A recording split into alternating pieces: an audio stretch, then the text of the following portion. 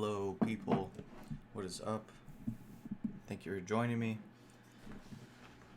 My chat is over here. What is up, Spencer, Alex, Ricardo, Alfredo? Say good things, Kui. Alright, I'll try and say good things about you. Yeah, thank you guys for joining me.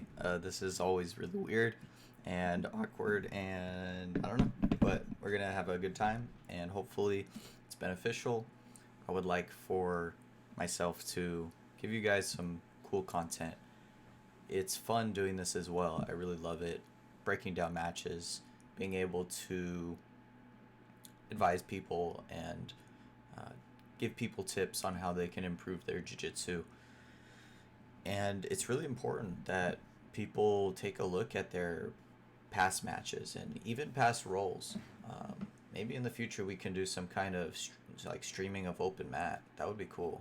I don't know why I haven't started doing that yet, but maybe in our new gym I'll set up a live feed and we can stream open mat and other rolling sessions. I think that would be really cool. That way you guys can take a look at your roles. What's up, Josh? And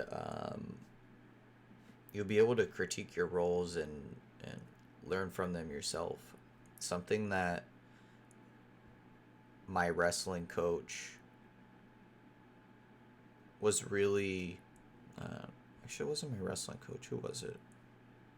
I forgot who introduced me to really examining the matches. I think it was one of my wrestling coaches, my coach Angel, and he was always big on recording. Yeah, because he would always record his son, and his son was on the team, so he would always bring his tripod and his camera and set it up next to him. That way he could look back later and examine the matches, and every little thing that happens he could break it down, and he'd be able to examine it and give improvements to what happened in the match. So that's what I'm going to do. I'm really big on videotaping. I'm really big on showing people their success and what they did wrong. Because so many times in jiu-jitsu, people kind of just roll and they just compete. And they don't really look at what they did. It's kind of surprising that people will spend all this time, spend all this energy practicing and signing up for the competition, going to the open mats, and they don't even look at their results. And for me, that's just a huge blunder. You should be recording every single match that you have. And I think that if we start doing streams of open mats, it's going to be really beneficial. When we get into our new space in a few weeks, I think that's something that I'm really going to focus on, is setting up a good camera, finding a way that we can mount it to the ceiling so we get an overhead view, and then maybe also have it so I could get up close as well. Maybe I could switch from the overhead view or back to the handheld view. I don't know, but that's something that I think would be a cool idea. I'm sure you guys could give me some cool ideas on that as well. So start thinking about how we can apply our streaming or recording open mats and using that to study, because it's really great to record matches at the tournament, but that's too late in my opinion. You should be preparing ahead of time at open mats. When you are coming in on Saturdays and Sundays at open mats, you should be recording your rolls. I would always tell people there's nothing wrong with setting up a tripod and recording yourself. I don't care. So just always examine your roles and be mindful about what you did right and wrong. So at the end of this, you're going to know exactly what to work on. Don't just keep doing the same old. One of my biggest pet peeves is when someone makes a mistake and they don't correct it. So please make sure you guys use this, make it worth your time. I'm not just here to talk because I like to talk. I'm really doing this for you guys, and so you guys can benefit, and hopefully it's good. Hopefully you guys do benefit. But anyways, let's get into it. I only have an hour and a half if that. I actually have less time now. So I'm going to do my best to speed through it. I'm going to give just your basic commentary throughout the matches. Um, and then I will do a brief breakdown. I won't go super in depth because there's a lot of matches I have to cover in a short amount of time. So I apologize that I don't have more time, but I wanted to get this out to you as soon as possible rather than wait a couple weeks. So some of the matches we got on. Okay, so I'll start with the subfighter first. It was the previous week, and then I'll get into the white belt championships one. So basically, we went to subfighter. We had 3 blue belts, and Alex was our white belt. Oscar, Spencer, and Freddie competed, and Alex as well. And I thought we did pretty good, especially for doing a tournament that was not our forte. This was not something that we really prepare for, which is point-based tournaments. Point-based tournaments. What's up, Oscar? Point-based tournaments are tough, and I don't like them. I grew up wrestling.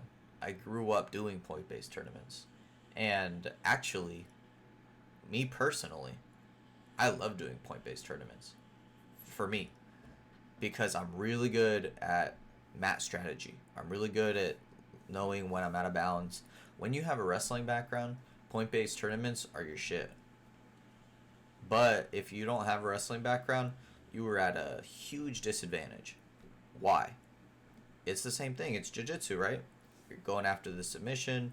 You're trying to take them down. You're trying to pass the guard. Jiu-jitsu is jiu-jitsu. Yes and no. Yes, the techniques are going to be similar, but the tactics are completely different.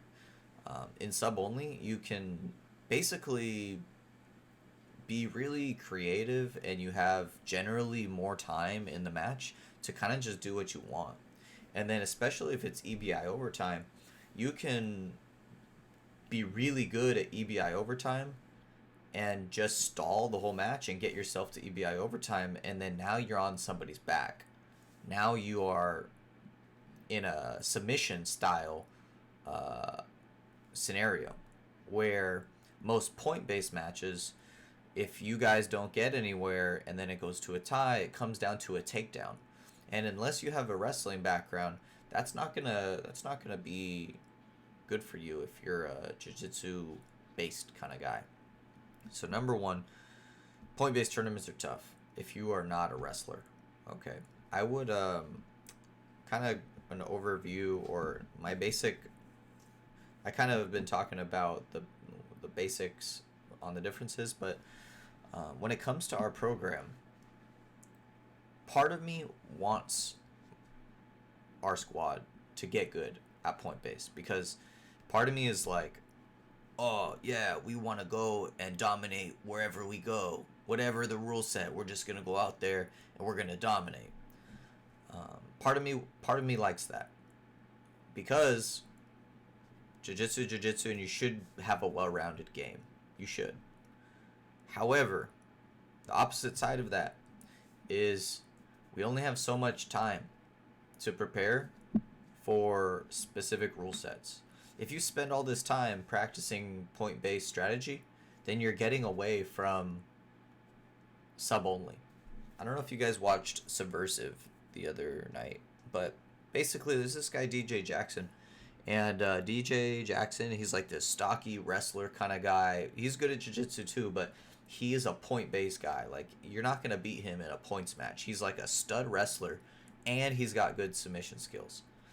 But basically, during the regulation, he was actually winning. He was going against Ruben Rivera. He was doing well. He passed Ruben's guard. He was threatening with the Darce chokes. He was doing well. But then EBI overtime came, and Ruben was giving him a tough time. So Ruben could have won that match if he made a few different decisions. Ruben could have squeaked out the win over this world champion DJ Jackson. Why? Because DJ Jackson is attuned. He's been preparing for point-based tournaments. That's his forte. And by him entering this other realm, now he's at a considerable disadvantage. He didn't look so good in the EBI overtime, where someone like Ruben is much better at EBI overtime. So it really just comes down to, what do you want in your jiu-jitsu? Do you want to be a point-based person? Do you want to be more tactical when it comes to the positioning? Do you want to be a submission hunter? Do you want to be someone that's just a badass when it comes to submissions? They're both good. And in my opinion, you should get good at both of them. You should. But realistically, I don't think it's realistic to want to get good at everything. Like, unless you're like it's kind of like MMA. It's like, you can be a great MMA fighter, but really you're kind of subpar at everything. Like, if you look at John Jones, he's the greatest MMA fighter of all time. But if you look at his individual skill set, he's not. If you compare his Muay Thai to the best Muay Thai fighters on the planet, he's not that good. If you compare his wrestling to the best wrestlers in the world, it's not that good. His jiu-jitsu, it's not that good. But when you can pull everything together, that's a whole nother sport, and that's what he's best at. So what I'm trying to say is, you only have so much time in the day. You only have so much practices you can attend. My opinion is, you should focus on submission grappling. You should focus on sub-only style. And if you could get good at sub-only style, when you're good enough at sub-only, then you'll be able to be successful even in a point-based tournament. The problem is, if you're still a beginner in sub-only, and then you enter into a point-based tournament and you're going against other beginners, it creates a level playing field. Even if you're a really good, let's say you're a purple belt submission grappler, sub-only style, and then you go against like a blue belt that's like has good wrestling, most likely that blue belt's gonna win. So going forward as a team, I'm not really interested in putting us in point-based tournaments. Now, if someone wants to do a point-based tournament from our team, let me know, and for sure, we'll do it. But it's not something that I'm going to promote. It's not something that I'm going to say, all right, guys, we're all going to prepare for this tournament next month. It's the Naga, it's the subfighter. I think I learned my lesson from this last subfighter. Again, I think it's valuable to learn takedowns and guard passes. Don't get me wrong. But the style and the tactics that you need to get good at is counterintuitive from the style that I want to spread into my team and into the jiu-jitsu culture. Sub-only is the next big thing. It's the most exciting style of jiu-jitsu. And I would rather have my guys have an exciting style and not be as successful in the point-based tournament than have a boring style and be really successful. So that's pretty much it as far as point-based versus sub-only. I've been yammering about that for a while. I am tired of it. We need to get into these matches or I will run out of time. So let's do it. I have Oscar's videos right here. Thankfully, his dad shot it on video before we begin. Sometimes it's kind of hard to watch yourself win and lose. Sometimes it's hard for me to talk about winning and losing. It sucks when my guys lose. Brief tangent before I begin. Man, especially my top dogs, my blue belts. It hurts me a lot when I see you guys lose. It really does. I put so much time and effort into you guys, and then to see you guys lose it breaks my heart. Having said that, we gotta look at it, and we gotta just look at it right in the face and just accept it. And that's, when you have a problem, the first thing to solving it is knowing you got a problem. So we're going to look at the problems. We're going to also look at what we did right, and we'll move forward and we'll improve. That goes for everyone. First, we're going to go with Oscar because his videos are lined up right here.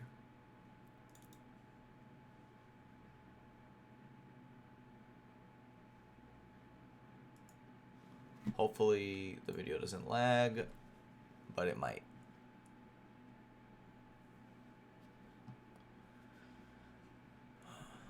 Let's see. Get my pen ready. Shift D, Shift C. Okay, please don't lag. Yeah, see how it's lagging? I think it's because I just transferred these videos into a new file, and it might not be done. It might not be done transferring. So instead, we're gonna go to. Oh, you can't see it. Let me pull something else up. We'll go off my GoPro.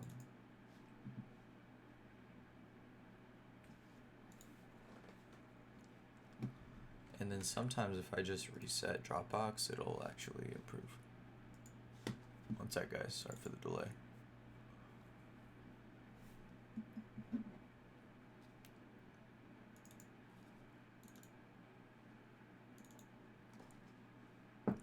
You know what it is I think it's because I'm streaming.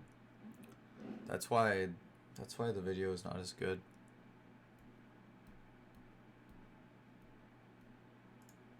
Let me try one more thing before I continue.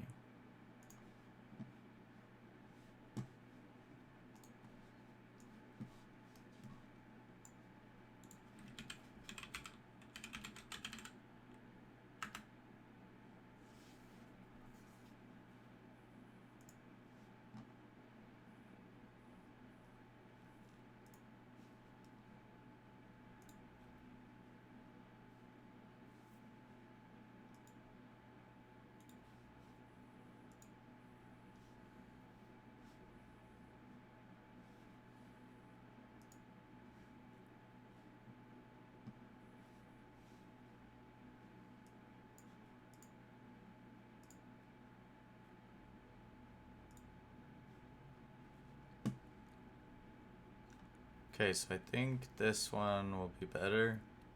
Sorry. Nah, this works. Okay, we're good to go, guys. So, first match. Let me change my thing so you can see what I'm looking at. Boom. Alright, here we go.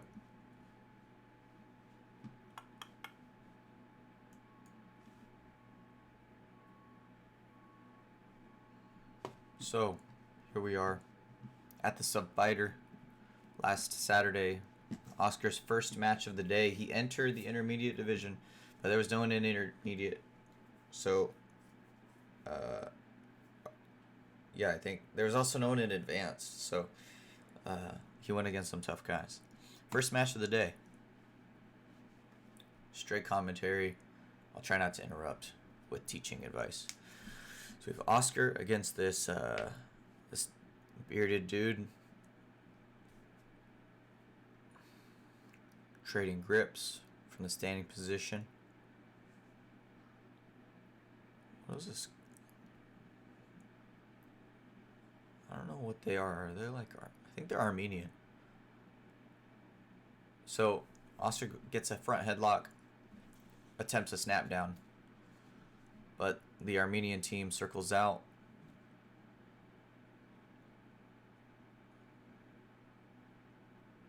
Oscar looks to shuck, but Armenian team arm drags, gets to Oscar's back, and Oscar recovers, but ends up in side control.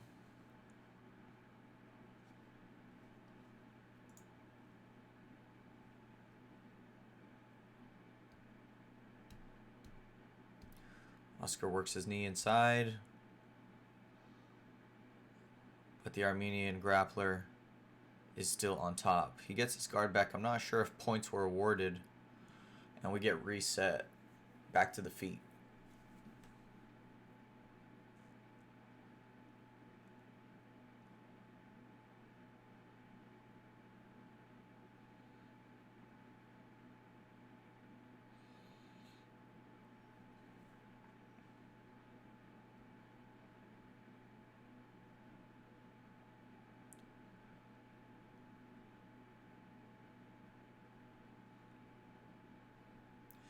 The Armenian grappler is feinting. He's changing levels. And he's making his opponent second guess when the shot is coming.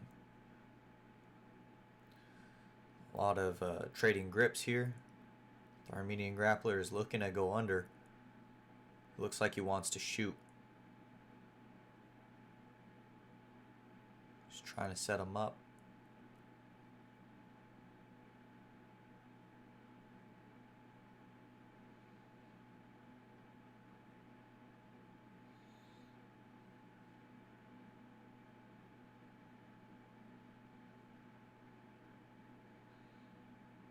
front headlock for the Armenian grappler. And Oscar's here on the bottom defending a headlock. He turns, attempts to get the guard back, and he does. Successful guard retention. However, he shoots forward and he gets stuck in another front headlock. The Armenian grappler circles to the back and goes into the mount. Points have been awarded. Oscar pushes away. Armenian grappler steps over for the armbar. And that is it. Armbar finish. Alright. Quick breakdown. What do I think about this match? Let's see. First, I think this was an issue that a lot of our competitors had, which was we spent just too much time on the feet. It's too much time. So in this match, hard to say. 40 seconds there. And then eventually Oscar pulls guard, which was good. But another minute, almost, yeah, like a minute and a half almost. And then I called out time to play jiu-jitsu, and that was good. Oscar pulls guard right here. And I would have liked to see these feet clink together. So Oscar did a really good guard pull, timed it well. Excellent pull. However, look, his feet don't connect. Or maybe they do a little bit, but it wasn't strong enough to pull his partner down. And that just means you just got to clink those feet together a little bit tighter. And that could have, who knows? That could have changed the game from there. Maybe Oscar could have gotten to mission control and set up the omoplata. But anyways, he ends up on the bottom here. And Oscar starts to attack the leg. That's good. However, his opponent, can you guys see? I wish I could zoom in more. Can I? I don't think I can. But his opponent, I'll bring my highlighter out here. Check out his opponent's arms. They're controlling the legs really well. There and there. So as Oscar attempts the leg lock, his opponent is holding the feet, so Oscar cannot shoot into a ashigarami or a double outside. And instead, because he cannot attempt a leg lock, now his opponent is going to start passing. And what Oscar failed to do was regain his guard. He took too long to... the leg lock was just not there. So I would have liked to see Oscar recover his guard. And as you can see, Oscar's bottom leg here, it should be hooking. When you know the leg lock's not there, now we're playing the guard. We're playing the open guard. And you need your bottom leg hooking. You need to hook your bottom leg onto your partner's leg. He's got this knee shield in right here, but his opponent can get past the top knee. The top knee is always easy to get past. It's the bottom knee that's going to give you trouble. And because he gets in the half guard, this is pretty good. What Oscar does is Oscar forces the dogfight, or he forces the a wrestling scenario, because he's going to get past. So Oscar uses his underhook to start coming up and start wrestling back. So that was good. He prevented the guard pass, and instead he gave up the front headlock position, which is iffy. But in a points tournament, I would say that's the right thing to do. From here, the Armenian guy gets on top. He's in the front headlock. He uses the front headlock to try and get to the back. Oscar senses it, does a good job of turning back inside. He frames and gets his legs back in between. And now we're solid here. Good recovery. This was Oscar's big mistake right here. I think this was the beginning of the end, which was he was in guard here. He got his guard. But right away, look, he goes for this seated shot. And I've rolled with Oscar a number of times. I felt him do this. So I really need Oscar to learn from this right here. When you are in the open guard, you're too far away at this distance. This distance is too far to shoot into the legs. If you want to do that, that's fine if you have like a shin to shin guard, but this distance is not good. As you can see, the Russian guy just sprawls. And now Oscar's getting stuck on the bottom here. Oscar's get all of his opponent's weight is stacked on the head and the shoulders and the neck, and Oscar's in this broken down position on his butt and on his hip. And now all the Russian dude, the Armenian guy, the Dagestanian, whatever he is, he just circles to the back. Potential back take there, but Oscar senses that. He doesn't let him take the back, but he gets the mount. And then another critical error here. Oscar goes for this hip bump escape. Doesn't work. So he tries to throw the legs over a Hail Mary. That doesn't work either. So he does a last resort hip bump to bench press move. Alright, and this just can't fly. His original hip bump failed. He tried the Hail Mary where you throw the feet in front of the body, and then he resorted to pushing on the partner's body, and you just can't do that. It's just too easy for someone to take advantage of that. Instead, what I would have preferred to see is a Zahabi frame. There was no Zahabi frame here. We drew this a lot. We got to get that frame in, or even if you don't have a Zahabi frame, sometimes you cannot Zahabi frame, and you have to settle for just being on the bottom in the mount. You have to be patient when you are escaping. Sometimes you need to push the action. Sometimes you need to create a transition. But this was just too obvious. I think even this strategy of giving up your arm to force your opponent to go for the armbar and then you can recover, that's not a bad strategy either if you make it work for you. But this was just too much. It was too deliberate. It was too impatient. I would have liked to see Oscar just be a little more patient here on the bottom and work for the Zahabi frame. Maybe if the Zahabi frame doesn't work, then you got to try one of these. But this was very, very risky. Too risky for me. He throws the leg over. Oscar's arm is just too far extended. His other hand is unable to collect his own hand because it's posted on the mat. Oscar does a good job of following, but when he's following, he ends up falling. As you can see, if he followed, there's a possibility he could have caught his arm there, but he fell onto his side, which prevented him from defending the arm. So that's pretty much it. A couple things to work on. Number one, from the beginning, I want you to review the movement. Look at the feet. At first he's good, but if you look at this first minute, first 30 seconds, he's on his toes well, but after the first beginning portion, he ends up flat-footed right about here. As you can see, Oscar's weight is very high up. He's like, this is the stance. Look at that. He's just standing straight up. And when you're wrestling in a point-based tournament, you need to be in a low stance. You need to be on your toes, ready to sprawl and ready to shoot, ready to move forward, ready to move side to side. And if your feet are planted as if you were standing, you're too slow and you're going to get manipulated. I'll come back to this point later in the in-house tournament, but you have to make sure that you are fast on your feet, on your toes, being able to spring on your toes. Anyways, so that was the one critique for Oscar on the feet. Excellent guard pull, but we just need to get those feet locked together a little stronger. That could have been a good offensive position for him. He did well in this position, got his guard back, but his opponent was able to mount.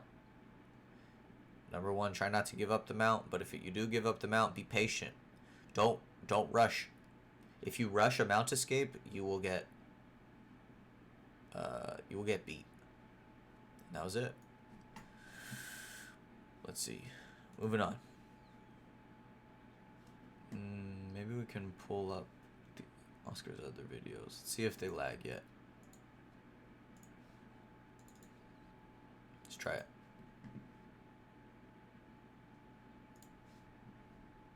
if I just let it sit.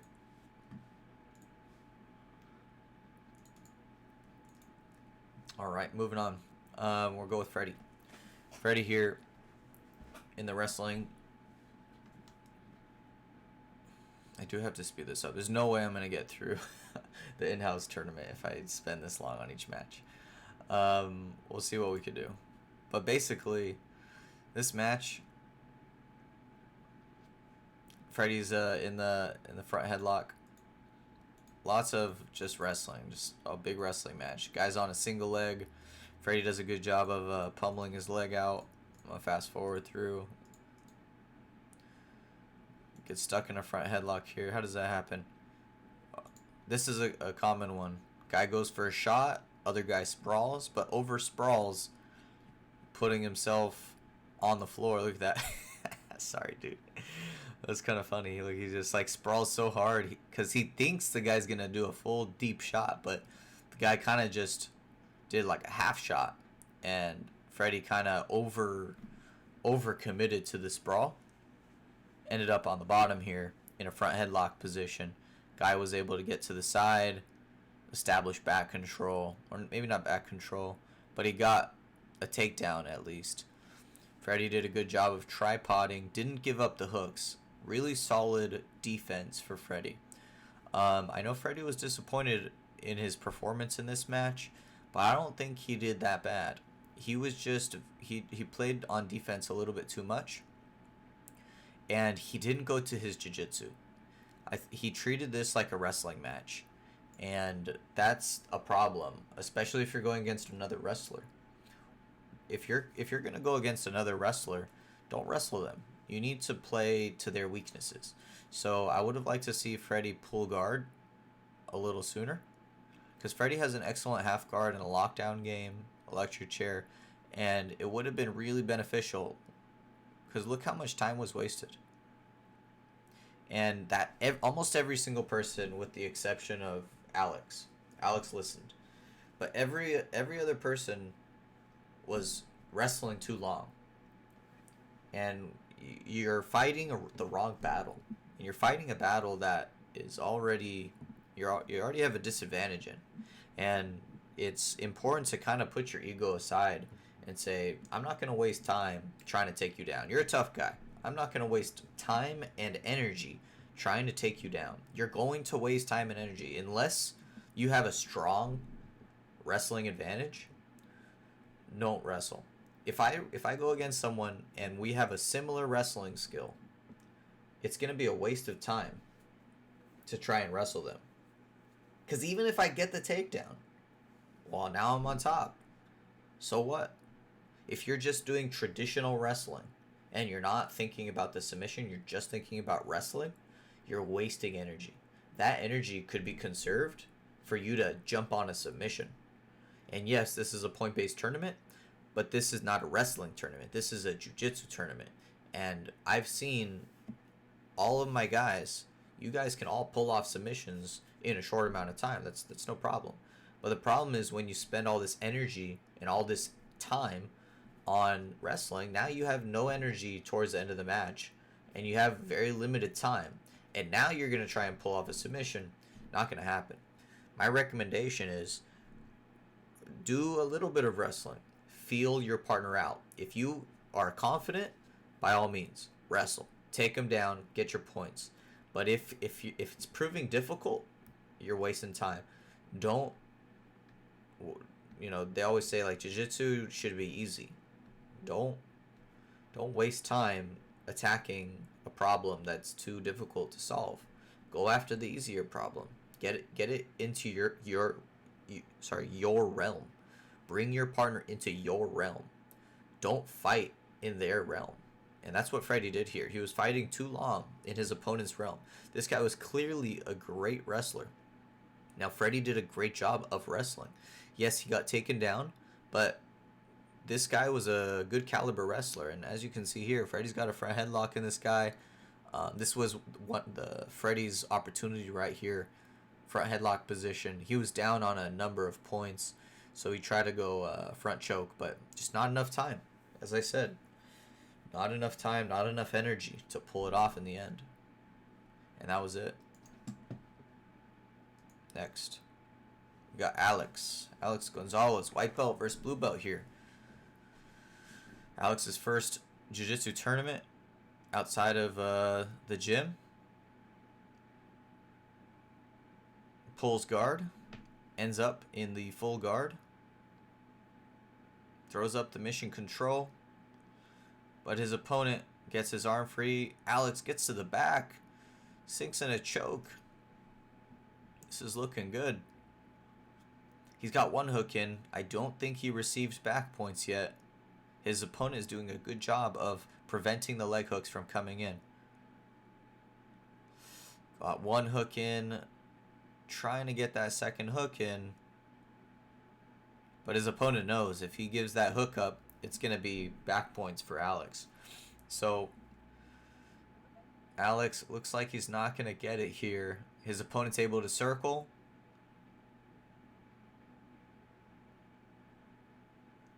And now his opponent is in a double leg position. Looking to pass the guard. Oh, did he give points yet? I do not think the referee gave up points. Because Alex brought in his leg. Bottom knee's coming in. The top leg's assisting. But, oh, the top leg comes off. Bottom knee. Is it going to be in? I don't know. Can he solidify this pass? He's past the knee. It looks like he's going to get this pass right here. Yes, and he gets the pass. Referee's going to not award points.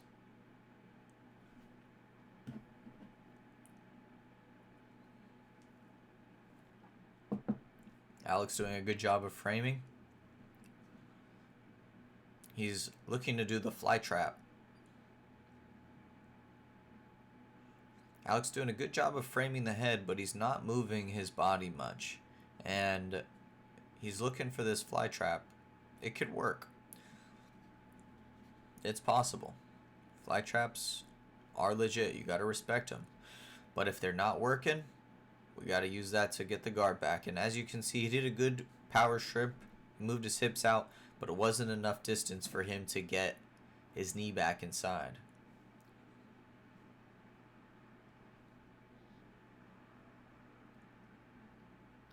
Strong cross-face pressure from the blue belt on top. Alex successfully gets his leg back inside. He's in the half guard here. And now he gets to the full guard. Excellent recovery for Alex. What is up, Chris Lazaro?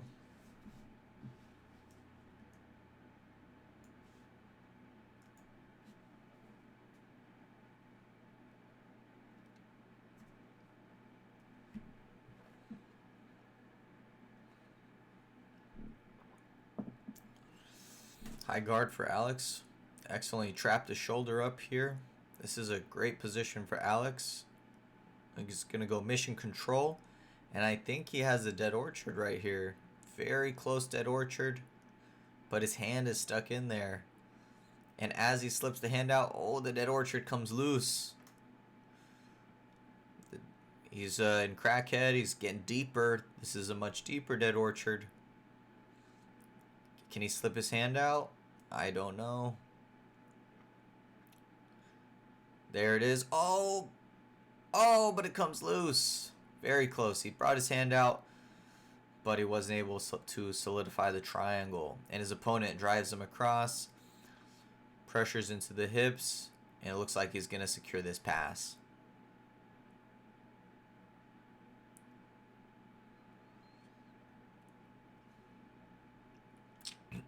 His opponent is looking to do a north-south choke. Alex doing a good job of just staying tough. He's got his left hand inside.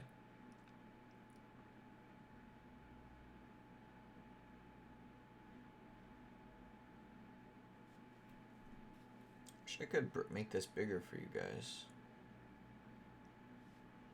It's kind of small on your end. I wonder if I can. I don't think so. But we're still here in the front headlock, or sorry, the north-south headlock. Not a good position for Alex. He no longer has his hands in. This is a very deep position. This is not good for Alex. But he's holding strong, and his opponent squeaks out the win with the points. Good match with Alex. He really hung in there well. He competed. It was his first time competing in a out of house competition, and I think he did well. First, got to full guard, but right away, big mistake. He throws up the mission control with no elbow. His partner's elbow was too far away. So look at this, right here. So can you guys see his elbow? Boom, boom, right? That's good. And actually, it looks like he's going to get the free New York. But when Alex throws up his mission control at the same time as he's opening, he's swinging a little bit too wide. And by swinging so wide, he forced the elbow to the inside. And now the mission control is no longer controlling the shoulder. You just don't have any good control, really. And maybe the triangle is there, but it's just lower percentage control. But look at that. He uses that as an opportunity to sit up. Caught his opponent off guard and took the back. Excellent back take right there. Very unpredictable. And he's doing everything he could to get those hooks in, but his opponent was doing a good job of preventing the leg hooks. Fast forwarding a bit, what happened here? So he was on the back. His opponent circled. But Alex got put on the bottom. Why? He's on the top here. Notice how here... Notice how his opponent is not letting his hips be on the floor.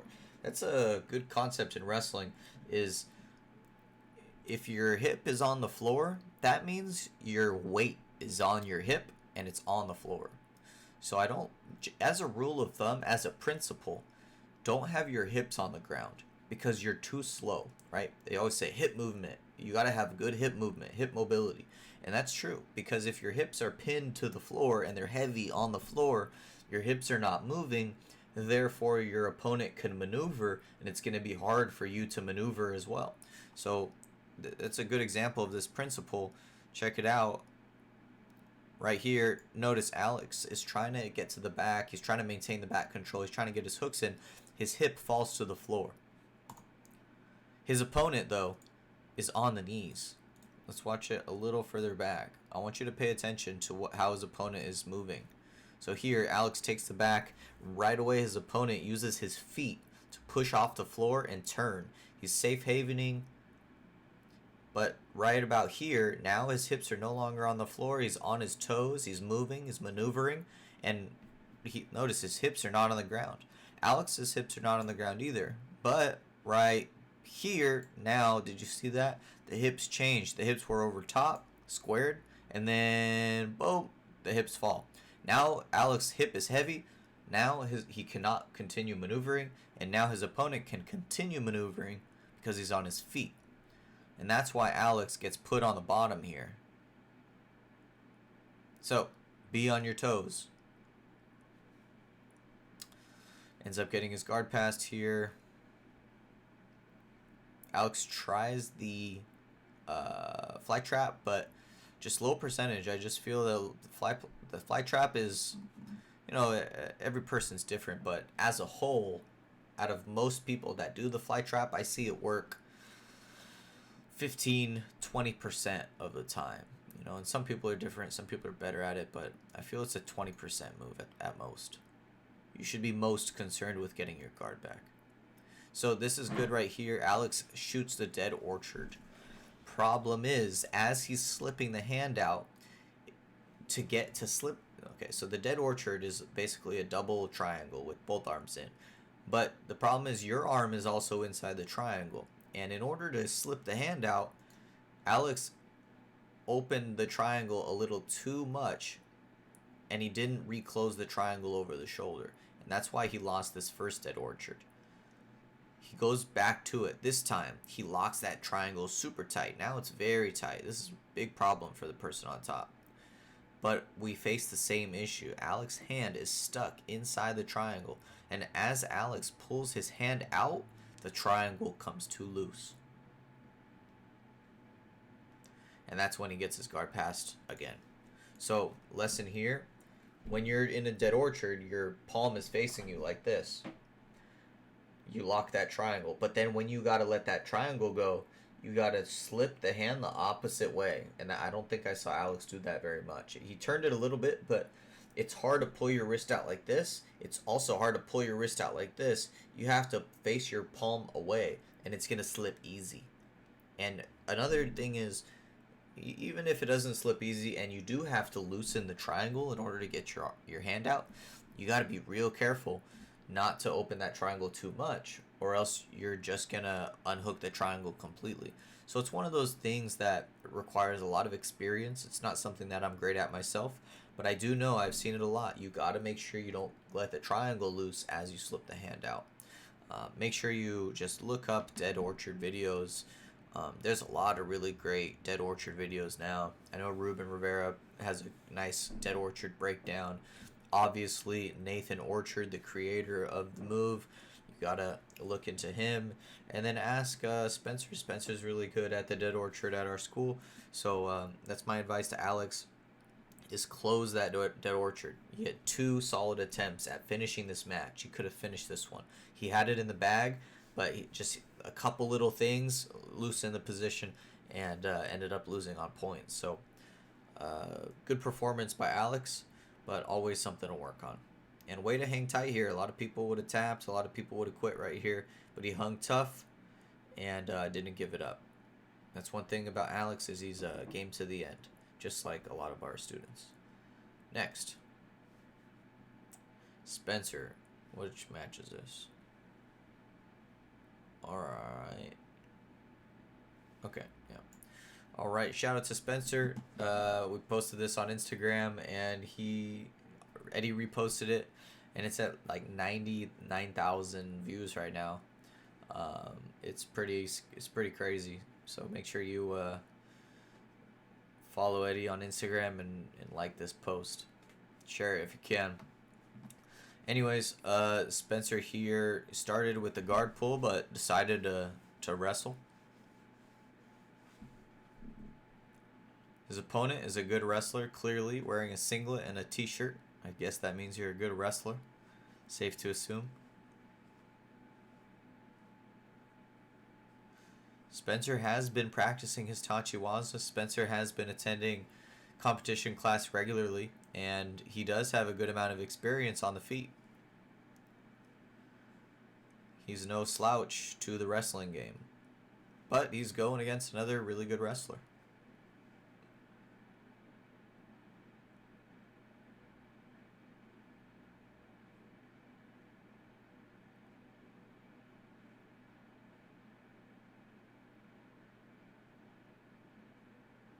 Just trading grips here. Spencer looking to snap. We're just moving each other around.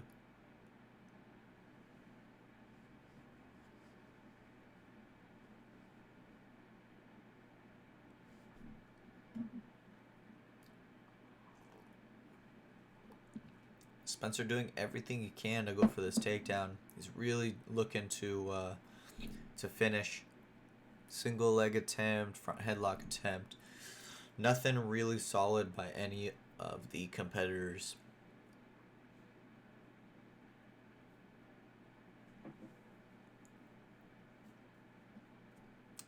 Just more tying up. And the referee pauses us. The referee warns his opponent about grabbing the clothes, and we begin. Right away, Spencer shoots the full guard. Mission control, flying kung fu, S-grip, and now his opponent is in a world of trouble. This is not good for the person on top. His opponent is attempting to circle and rotate and give up the omoplata, but Spencer's S-grip is preventing the rotation, and he's able to rotate with. Spencer locks a triangle with the S-grip, and he gets the finish. And super cool. Man, awesome. Awesome. That's definitely the move of the day right there. Um, Clean submission, excellent move. Um, so one thing is, I like how it was Spencer mixed it up here. He ended up on the bottom. I don't know exactly how, but he started on the bottom and then chose to wrestle. I would say that he just took too long wrestling. Um, and I'll make this clear. I'm proud of our team for wrestling. Spencer, Oscar, Freddie. I'm proud that they attempted the wrestling. I think it was very courageous of them to attempt the wrestling because it's a realm that they're not used to, and that's a big problem with a lot of jiu-jitsu guys. They only do what they're used to, and I'm glad they got out of their comfort zone and attempted more wrestling, especially Spencer and Oscar, because they're not the best wrestlers.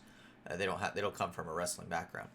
So for them to attempt the wrestling and to really spend a lot of time there, I'm proud of them for doing that. But you got to know when to transition, and you got to know when to kind of just be like, I tried, but let's move on. And I would have liked to see that a little bit sooner. Spence, you got to know these matches are 5 minutes long. You do not have a lot of time. 1 minute is 20% of the whole match. That's big. 2 minutes, 40%. And here Spencer spends how long until he pulls guard? He spent 2 minutes. He spent half the match, 50% of the match almost, just dancing. Clearly, no takedowns were working. He wasn't getting the takedown. His opponent wasn't getting the takedown. Nobody was getting the takedown. That's a 50% of the match just wasted energy. Where he could have just pulled guard right away, or seated guard. Either would be good. Um, and look, as soon as he did, he pulls guard. And how long until he slaps on a deadly position? He pulls full guard. It took him 1 second to pull guard, and then another second for mission control or free New York. In free New York, our school, if you've been training, if you're a blue belt, you should have a strong game from this position. So it would literally take you 2 seconds to get from nothing to a near submission. 2 seconds from nothing to a near submission. Or you could spend 2 minutes trying to get a takedown. So what? You get on top, you get a takedown, 2 points, cool. But you're on top. You spent 2 minutes for no submission. It just doesn't make sense. So that's my advice. Don't spend so much time. Wrestle. I still want you to try it. I want you to go for the takedown. Because, why? Well, what's the point of wrestling if I could just pull guard and get into a submission? I want you to dictate the dominance of the match. When you get a takedown, it's almost like a psychological win more than anything else.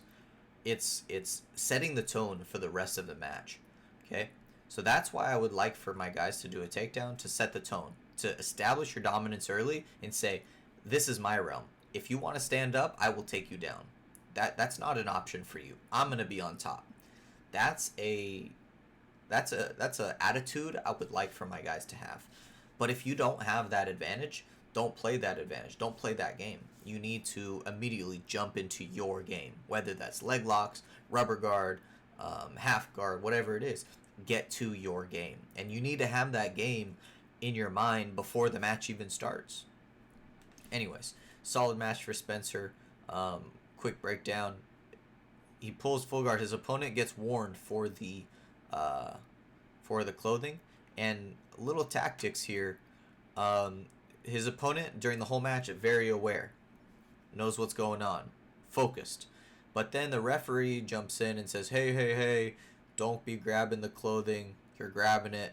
And that kind of changes his focus. Now his opponent is no longer focused. And right away, grab, jump, boom. And because look, now his opponent's guard is down. He's standing up straight. Fairly. And that's when Spencer can hit that guard jump.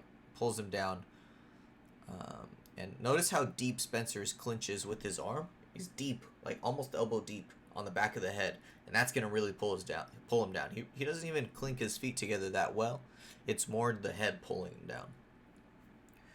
So, mission control, New York. His hand was already on the mat. S grip. You cannot rotate omoplata. Escape because of the S grip. Locks the triangle in, and that's a wrap. Go clinch. Go clinch. It's one of those moves you don't have to be super long for. Dead orchards, that shit's gonna be hard if you got short legs. It's gonna be tough for you to get dead orchards. Not impossible. You could do a Mexican dead orchard, like Eddie says, but regular dead orchards are tough.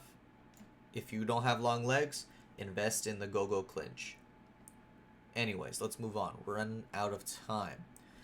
Next match, here we go. This other guy from the same team going up against Spencer.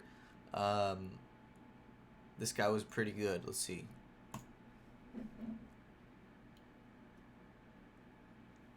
Collar tie right into the single leg. Spencer pulls guard, gives up the 2 points because his opponent initiated the shot. We're in the full guard.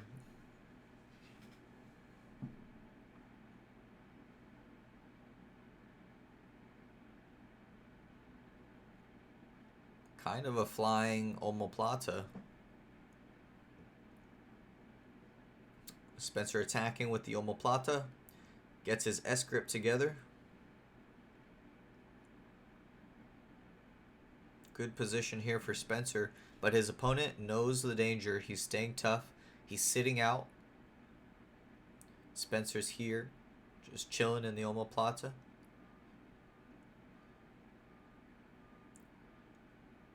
He's trying his best to control that shoulder. He lost the S grip. He's looking to get the head now. He almost had, yep, he's got his fingers together. Spencer looking to finish here. His opponent attempts to roll, and Spencer gets on top here. Once again, clothing grab, and notice here we went out of bounds and got reset in the top position. No points. Spencer still down 2 points. Back in the standing position.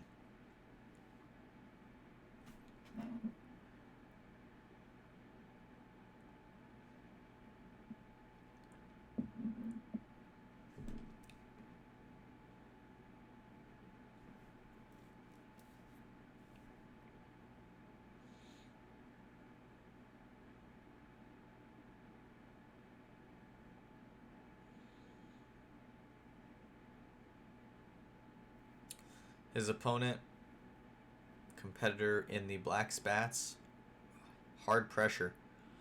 Spencer goes for a swinging armbar and successfully does not get his guard passed. Good guard pull, and he did not give up the pass. Back on the feet. His opponent working for the wrist controls.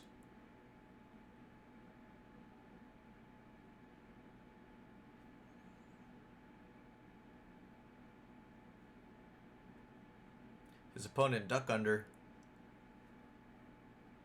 side control, and then the mount. I think he just gets mount points though. His opponent, what was that? 2 points plus another 2 for the takedown, and then 3, 7 up. Spencer looking for the reverse Alcatraz, it looks like. He manages to get his knee inside, and look at that, in on the straight ankle lock. He's looking to finish. His opponent's complaining about being out of balance, but Spencer is on the submission. He's going for it. He's spinning, and he runs out of bounds. I would have done the same thing.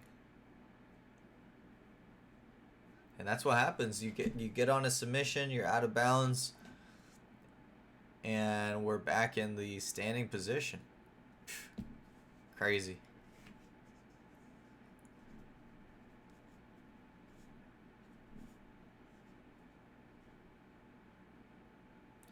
His coach, Spencer's coach, calling for a rolling entry. Spencer down a bunch of points. It's going to be hard for Spencer to win on points here.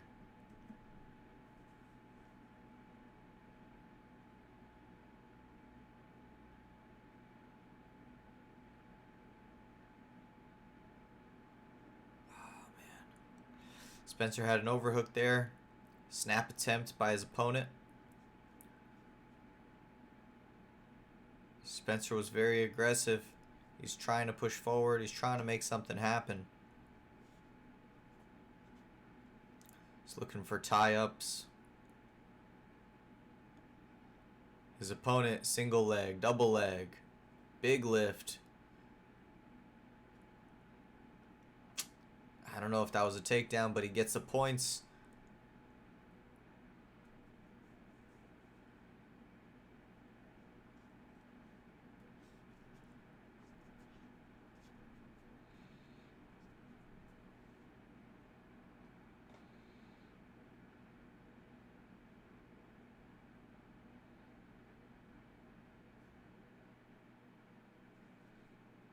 Imanari attempt.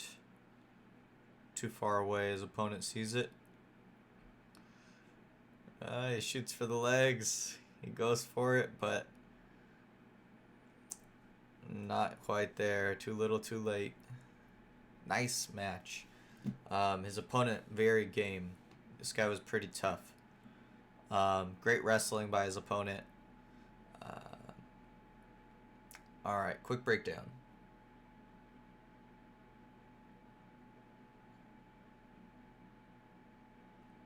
So before we do the breakdown, as you can see, yeah, as Oscar said, this guy didn't even try jiu-jitsu, and he's kind of right.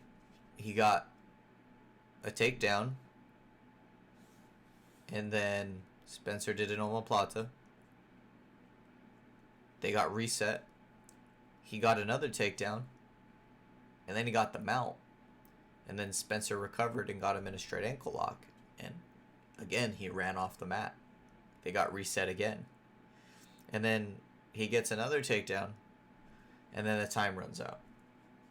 So, yeah, you're right. He didn't do any jiu-jitsu. But that's the problem with the points, is you don't have to do jiu-jitsu to win a jiu-jitsu match. And you can't complain as a competitor if somebody does that to you, because your jiu-jitsu has to be so good that they can't do that to you.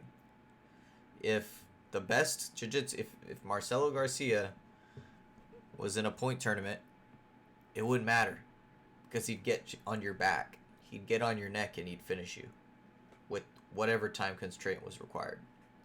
And that's what we need. We need our submissions so good that it doesn't matter. We could be down 50 points and there's a minute left. But if your jiu-jitsu is good enough, you could put that game on anyone and get into your submission. Anyways, quick breakdown. So Spencer did well. His wrestling was just not good enough to beat this guy's wrestling. And that's what happens. He just got outpointed. So basically, his opponent shoots into a single. Spencer gets into full guard. Gets to the omoplata. His opponent does a good job of staying far away with his arm and his head. He's pressuring forward, making it difficult for Spencer to hang on. But Spencer does a good job of getting the S-grip here. He follows him up. His opponent comes back to the knees. And he's still trying to get the grip. So one thing that I think Spencer should have done instead. So there's a couple different things you could do from this omoplata position. One option is the S-grip. If you can get to the S-grip, that's really good on the shoulder. If you can S-grip the shoulder. Another one is S-gripping around the head and the shoulder like he's doing here. But something that he didn't do or hasn't attempted is going inside for the wrist and going inside for the elbow control. So as you can see, Spencer is able to lock his hands together here. If you can lock your hands around the head and the shoulder like a seatbelt, you can also lock the elbow. And sometimes you can't get it. Sometimes the head and shoulder is too far away. And sometimes it's too hard to get the seatbelt. But if you can get just the elbow, you can hook the elbow just like you would a baseball bat. The marsh from a twister, from a truck control. You hook like you do a deep hook on the elbow joint, and it's very hard for your opponent to start to resist that. And once you have that elbow hook, then you can change that into a Kimura grip on their arm, and then you can set your finish up from there with more control. So as you can see, Spencer's arm wrapping around here, his other arm's wrapping around the front. It's looking good, very strong. But his opponent was just able to power through that seatbelt grip. It's very hard when Spencer's leaning back too far to finish this omoplata. So I would recommend test out the elbow hook.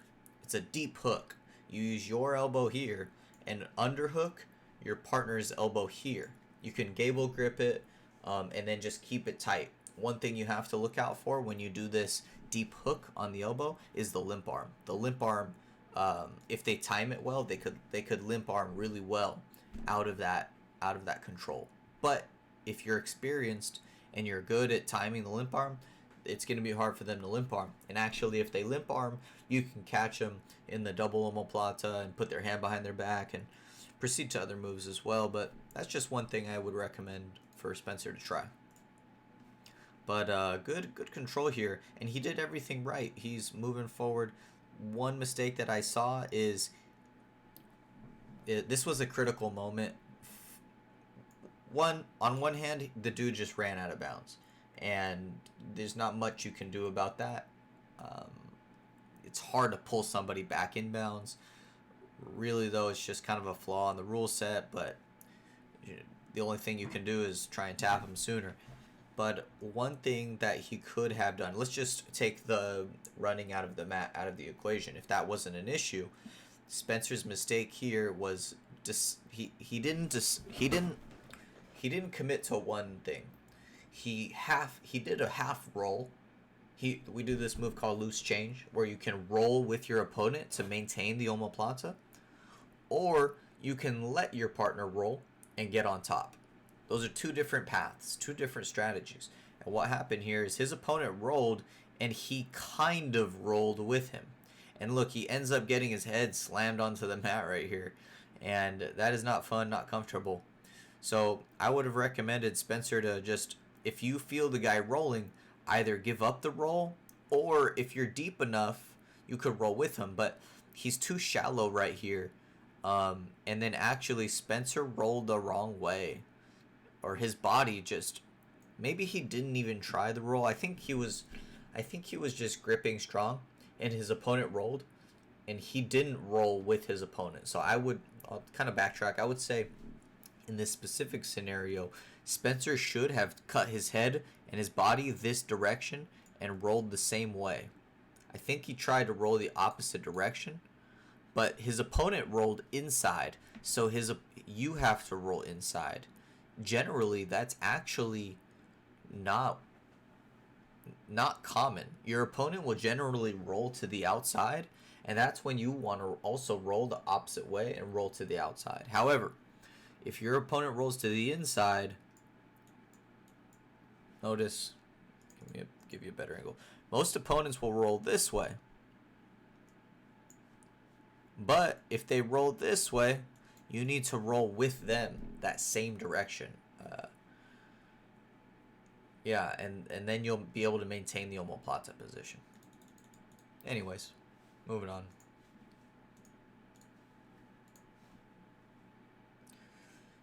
He secures his top position, but just out of balance. Sucks. Back on the feet. He swings for this armbar here. Doesn't work out. Solid recovery. Back on the feet. And notice we're on the feet here. Spencer swings for an armbar. This is the tachiwaza. This is not wrestling. This is tachiwaza. This is standing jiu-jitsu. You have to mix in your Tachiwaza like Spencer's doing here. That's going to keep your wrestling unpredictable. It's going to keep your entire game unpredictable.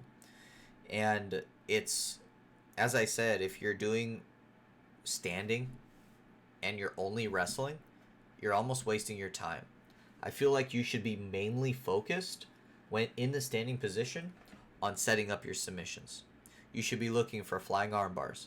You should be looking for flying triangles. You should be looking for full guard pulls. You should be looking for Iminaris. You should be looking for Kimura grip to back roll. You should be looking for scissor sweeps.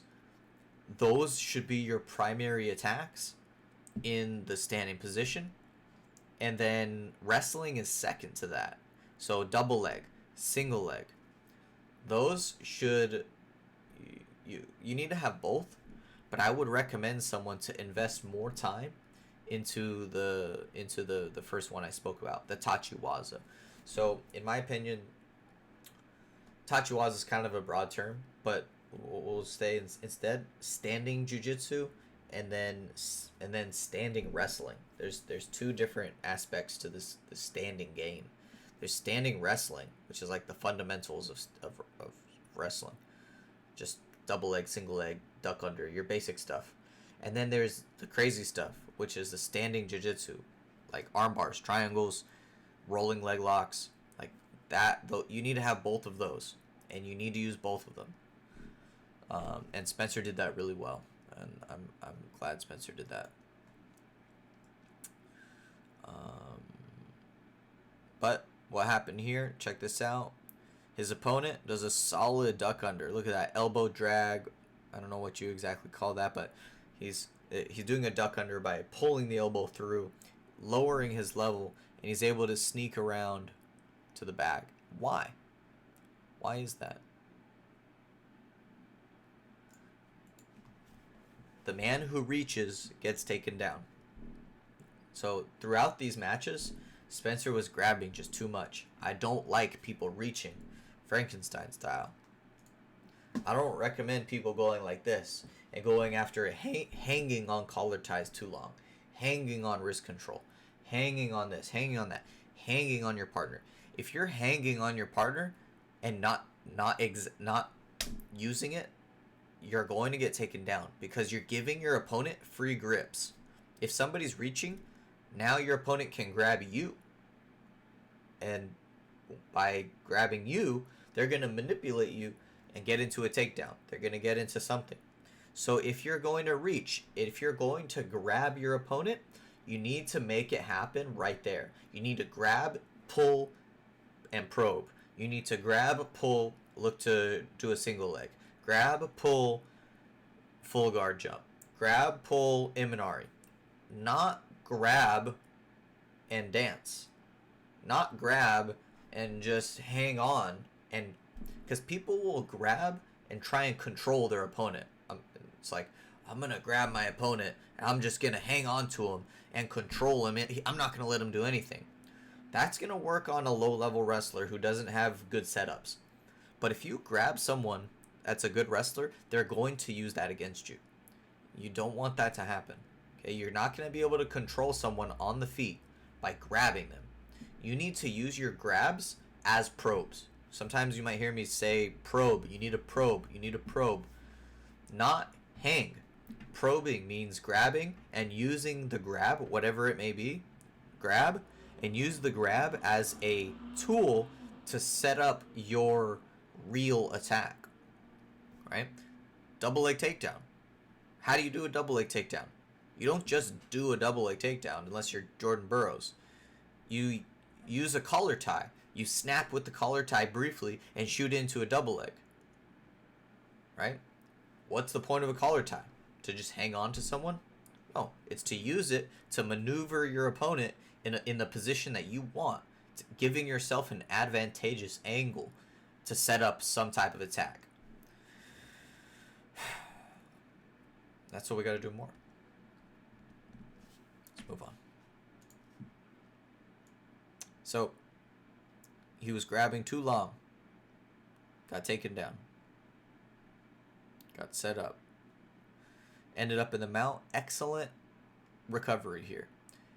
It's hard to see for you guys, but Spencer gets the reverse Alcatraz clinch, elevates, sneaks his knee in right into a straight ankle lock, and this is a powerful position right here. His opponent right here complains that we're out of bounds, and then, but, you know, good on Spencer for continuing. For a second, it looked like Spencer was going to be like, kind of just pausing for a minute, but then he was like, oh, wait, the ref is going to let it go, so he continued. How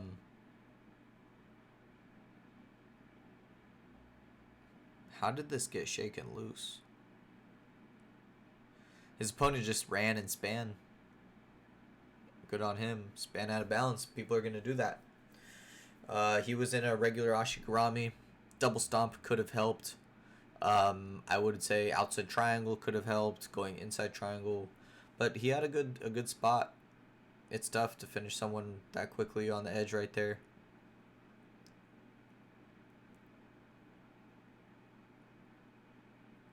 Guard pull attempt.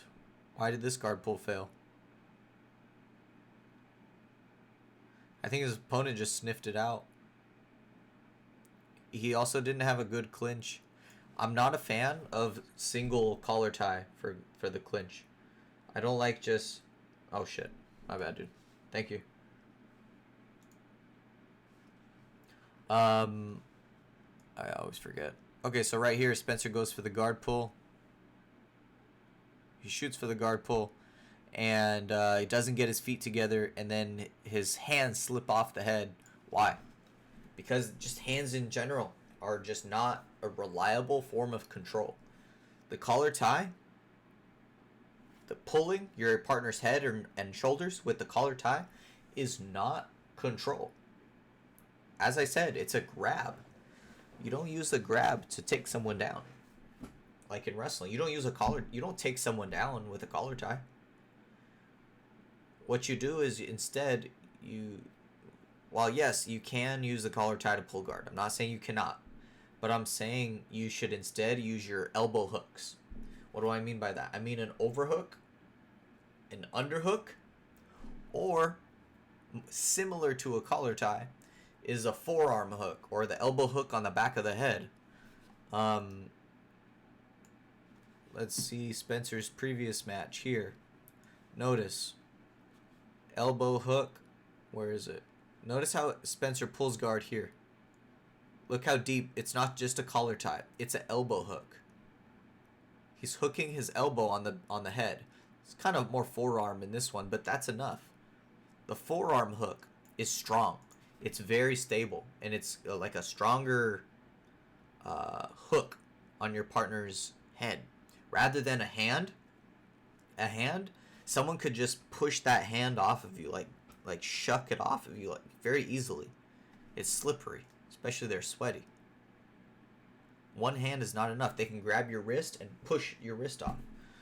So, in my opinion, hooking with your elbows on their body parts are going to be a higher percentage rather than collar tie guard jump. Because collar tie guard jump is good if you can clink your feet together. If you could interweave, if you can hook your toes and your ankles together like that, then you could pull them down.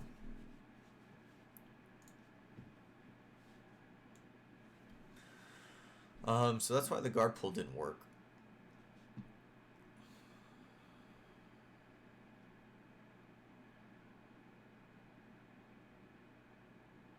Got another takedown, but didn't really. Okay, so look, guy lifts him up, slams him, but was that really a takedown? Right here, it's a takedown, but it's kind of. Is that really control? It's control for 1 second. It's control for a minute, but I feel like Spencer's moving. If I was the ref and I was re-examining, because it's not the ref's fault. That looks like a takedown. Huge lift, huge slam, but Spencer's moving, and his opponent doesn't control the takedown necessarily, but he does end up on the bottom here. But Really, the ref awarded the points at this point. Spencer's moving. I don't believe this is a takedown. If this was real wrestling, a lot of refs would not agree. There's no real control there. Maybe if it was longer and Spencer was not moving, but Spencer's moving his legs here. I don't agree with that call. Doesn't matter. He got lifted. Look at that. Where is he? It's fun to watch people get lifted. Look at that. How did that happen? He shot in with the high crotch, changed to a double, and instead of Spencer, I mean, he went to try and go guillotine, but don't be guillotining someone if they're double legging you. You're going to get lifted and slammed like that. Would have been better to whizzer and crossface or whizzer and pick the hand. Got to pick the hand. But, man, at that point, it's too late. If anything, he should have pulled guard right on here. He should have sat. The first thing I would recommend is just give up that takedown. Sit. It's too late. You're standing. Why are you standing? You're trying to do a standing guillotine when he's got both of your legs? You're going to get lifted. You need to sit. Too late. You didn't sit fast enough. Now I'm going to pick you up. Boom. Takedown. Easy points. Back to wrestling. Goes for the Minari once. That was it. End of the match.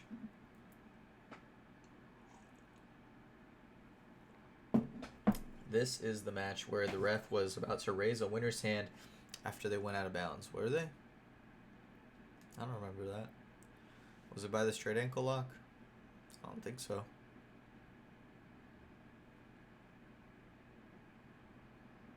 I don't think so, man. I don't know. Maybe I didn't catch it. Maybe that's the next one, no? Alright. Moving on. Back to Alex. Kind of started this a little late. I've got to speed through these because we're running out of time. I still have a few of Oscar's matches to get through. But basically, check this out. Alex shoots into a leg lock here. That forces his opponent to defend the leg lock. The opponent is on his butt defending the leg lock. Oh, he got out. Alex dives in, I believe, for another Ashi. This time it's a little deeper. He tries to roof to honey hole, but his opponent spun out. And right here, now, Alex takes top position. I was talking about that with him before. Alex does not have a good takedown game. It's something we need to work on. However, that's something we're going to work on later. In the competition, you play to your strengths. So what I told Alex was, you need to play your leg lock game, and they're going to defend the leg locks. If you got a good leg lock on someone, generally you're going to put them on their butt. And as soon as you put them on their butt, that's your opportunity to create a scramble. And now you can use that scramble and get on top. And you might not get takedown points, but you're on top now. Think about it. There's different ways to get on top. And one good way of getting on top is starting on bottom, entangling the legs with a X guard, Ashi, honey hole, whatever. And once you've taken them down with the leg lock, now you can get on top and play a top game. And that's why people can have good top games without having a good a good takedown game. You don't need a good takedown game to have a good top game. You just got to get on top. How are you going to get on top? Start with the guard. Like, look at like Alex right here, for instance. He did that. He played a leg lock, and then he got on top in the scramble. Let's see what happens here. Alex basically is just on this front headlock. He's working the guillotine. He works the darce a couple times. He's up on points big time. He gets the guard pass. He gets mount points. Ooh, this was a cool one. What happened here? Let's watch this. Alex slides under. Looks to triangle, but I called out omoplata. His opponent rolls and he just, at least he gets on top. But I would have liked to see a follow-up. He should have seen this coming. His opponent rolls, he goes after the head. But hey, he gets on top right here. That's good enough. His opponent goes for a reverse rear triangle. Ends up getting put on the bottom in a headlock position. This is not good. He could have lost right there. That was a pretty deep guillotine right here. But wasn't enough. Squeaked out with the win. Good match. Alright, Freddy's up. Freddy, better get ready. So, Freddy went against this guy. I'll be honest, this guy just wasn't ready. This guy wasn't ready for Freddy. Just didn't have the experience. I think it was a white belt. Just wasn't ready for Freddy. Freddy the guy sat to guard because 10th Planet guys don't have takedowns. And then Freddy passes the guard right away. How? I would like to see how. Just a little knee tap. A little knee tap to the side. Like a M1. Judo side. Little half Nelson here.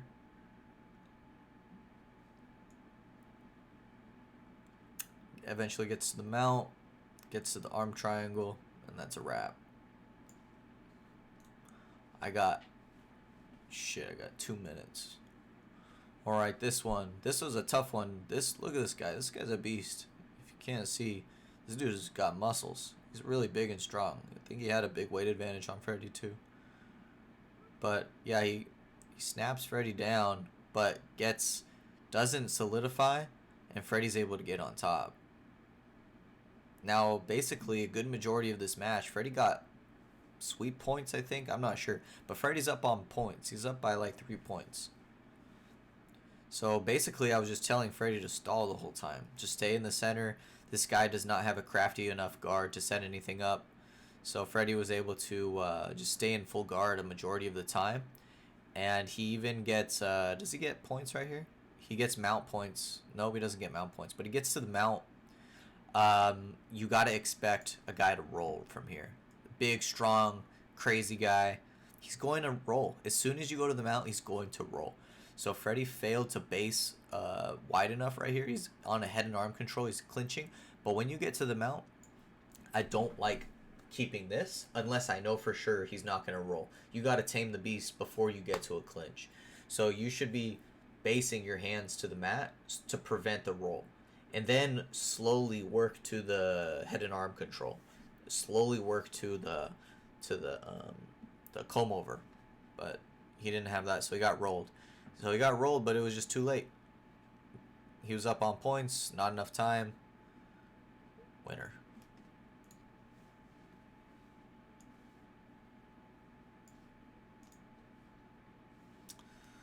Last one for Spencer. Basically, this one was just wrestling the whole time. They're just wrestling. They're trying to wrestle. Nothing's happening. They're just trying to wrestle. More wrestling. They end up getting actually, what happened here? Spencer pulls. Shoots into a DOA. His opponent tries to smash, but Spencer rolls across. Gets into the knee bar position. Has a solid look at the knee bar here.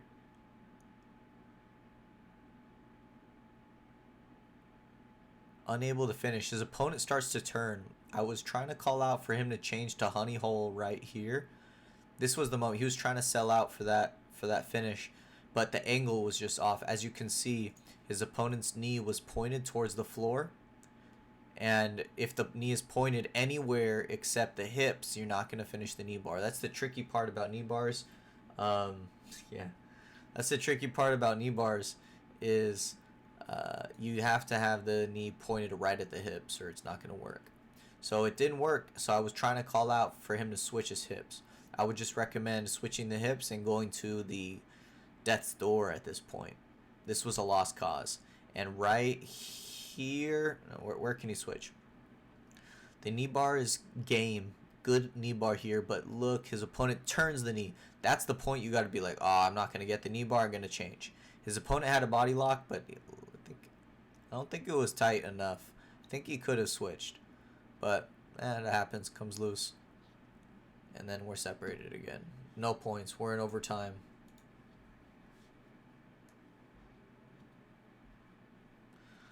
This was frustrating. Spencer in overtime. I think this was overtime. Goes for a takedown. Where's that body lock?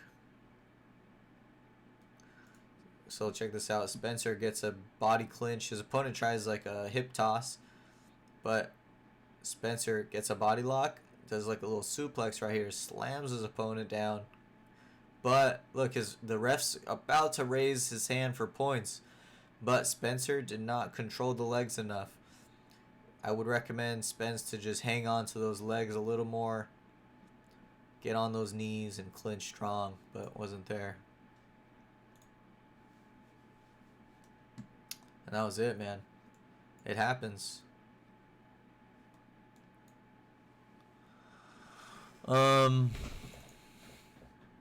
Was this a match? Alex ended up going against the winner of the whole bracket. Basically takes his back right here, gets points for it, but his opponent escapes, ends up controlling the head very well and passing the guard. Alex tries a fly trap, but it's too late. That was the end of that one. I apologize, I have to run through these quick, guys. I wish I had more time, but I have to get to a meeting. I'm going to take a quick break, make a phone call. If I can continue, I will. I want to still cover Oscar's matches. I think it's just 2 matches I want to go over, but I need to make sure I'm not late to this meeting. So I will do a quick intermission. I will be right back, and hopefully we'll continue.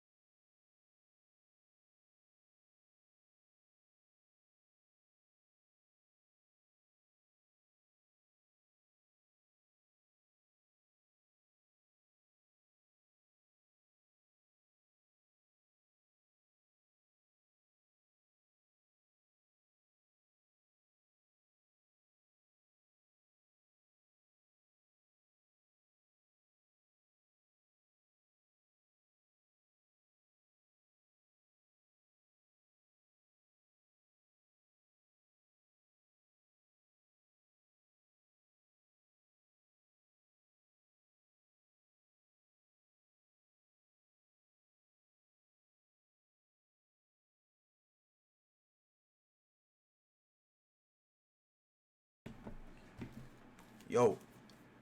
Yo, yo, yo. Yo. Okay, so I apologize. I have to go. I wish I could stay longer. I will break down Oscar's match along with the rest of the in-house tournament, the White Belt Championships 1. I will break it down soon, maybe on Thursday. We'll see. I'll try and get to it as soon as possible. But thank you guys for watching. Please subscribe to our channel. It would mean the world to me if you subscribe. I want to continue doing these. I have a lot of fun doing it, and I hope that it gives you some insight into jiu-jitsu even if you are not on the team, even if you're just some random person wanting to learn more about jiu-jitsu. I hope that this helps, and I hope that you continue to follow us and check us out. I'll be continuing to make these videos as much as I can. So I gotta go. Thank you guys so much, and I really appreciate each and every one of you. Thank you.